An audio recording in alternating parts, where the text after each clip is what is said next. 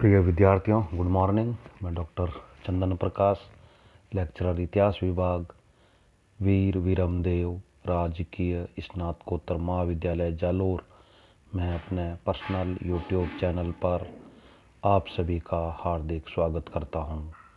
प्रिय विद्यार्थियों, आज हम BA part first paper second के अंतर्गत प्राचीन भारतीय शिक्षा तथा साहित्य के अंतर्गत शिक्षा के बारे में अध्ययन करेंगे।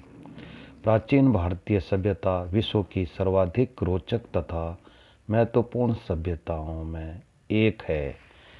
इस सभ्यता के समुचित ज्ञान के लिए हमें इसकी शिक्षा पद्धति का अध्ययन करना आवश्यक है, जिसने इस सभ्यता को 4000 वर्षों से भी अधिक समय तक सुरक्षित रखा, उसका प्रचार प्रसार किया तथा उसमें संशोधन किया। प्राचीन भारतीयों ने शिक्षा को अत्यधिक महत्व प्रदान किया। भौतिक तथा आध्यात्मिक उत्थान तथा विभिन्न उत्तरदायित्वों के विधिवत निर्वाह के लिए शिक्षा की महती आवश्यकता को सदा स्वीकार किया गया। वैदिक युग से ही इसे प्रकाश का स्रोत माना गया, जो मानव जीवन के विभिन्न क्षेत्रों को आलोकित करते हुए उसे सही दिशा निर्देश देता है। सुभाषित रत्न संदोह में कहा गया है कि ज्ञान मनुष्य का तीसरा नेत्र है, जो उसे समस्त तत्वों के मूल को जानने में सहायता करता है तथा सही कार्यों को करने की विधि बताता है। महाभारत में वर्णित है कि विद्या के समान नेत्र तथा सत्य के समान तप कोई दूसरा नहीं है।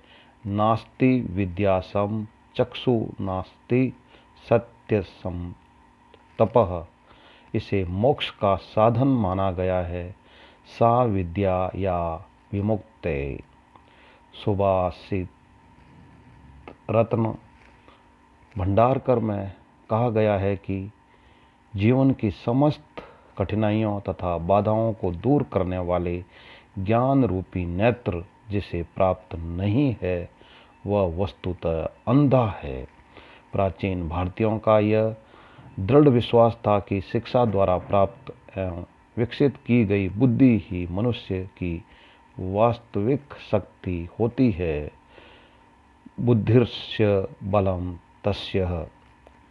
विद्या के विविध उपयोग बताए गए हैं। यह माता के समान रक्षा करती है, पिता के समान हितकारी कार्यों में नियोजित करती है, पत्नी के समान दुखों को दूर कर आनंद पहुंचाती है, यश तथा वैभव का विस्तार करती है। यह कल्पलता के समान गुणकारी है। विद्या विनय प्रदान करती है। विनय से पात्रता यानी निपुणता आती है।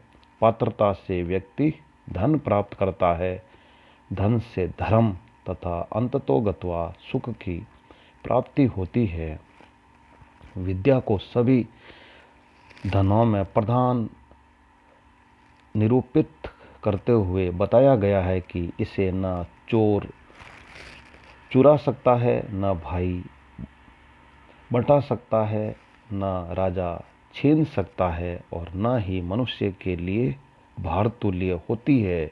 यह ऐसा धन है जो व्यय करने पर भी बराबर बढ़ता है। यहाँ तक कि ब्राह्मण भी यदि विद्या रहित है तो वह शूद्र के समान ही है। विद्या संबंधी समस्त गुणों का निरूपण करने के पश्चात भारतीय मनीषियों ने यह घोषित किया कि विद्या से विहीन व्यक्ति वस्तुतः पशु तुल्य है। विद्या विहीन पशु। प्राचीन भारतीयों की दृष्टि में शिक्षा मनुष्य के सर्वांगीण विकास का साधन थी। इसका उद्देश्य मात्र पुस्तक के ज्ञान प्राप्त करना नहीं था, अपितु मनुष्य के स्वास्थ्य का भी विकास करना था। कहा गया है कि शास्त्रों का पंडित भी मूर्ख है यदि उसने कर्मशील व्यक्ति के रूप में निपुणता प्राप्त नहीं की है। शिक्षा के द्वारा मनुष्य आजीविका का उत्तम साधन प्राप्त करता है, किंतु इसे मात्र आजीविका का साधन मानना भारतीयों की दृष्टि में अभीष्ट नहीं था। ऐसी मान्यता वालों की निंदा की गई है। प्राचीन विचारकों की दृष्टि में शिक्षा मनुष्य के साथ आजीवन चलने वाली वस्तु है। सच्चा अध्यापक वह है जो अपने जीवन के अंत तक विद्यार्थी बना रहता है। याव जीवते विप्रह। इस प्रकार प्राचीन भारतीयों की दृष्टि में शिक्षा व्यक्ति के शारीरिक, मानसिक, बौद्धिक तथा आध्यात्मिक उत्थान का सर्व प्रमुख माध्यम है।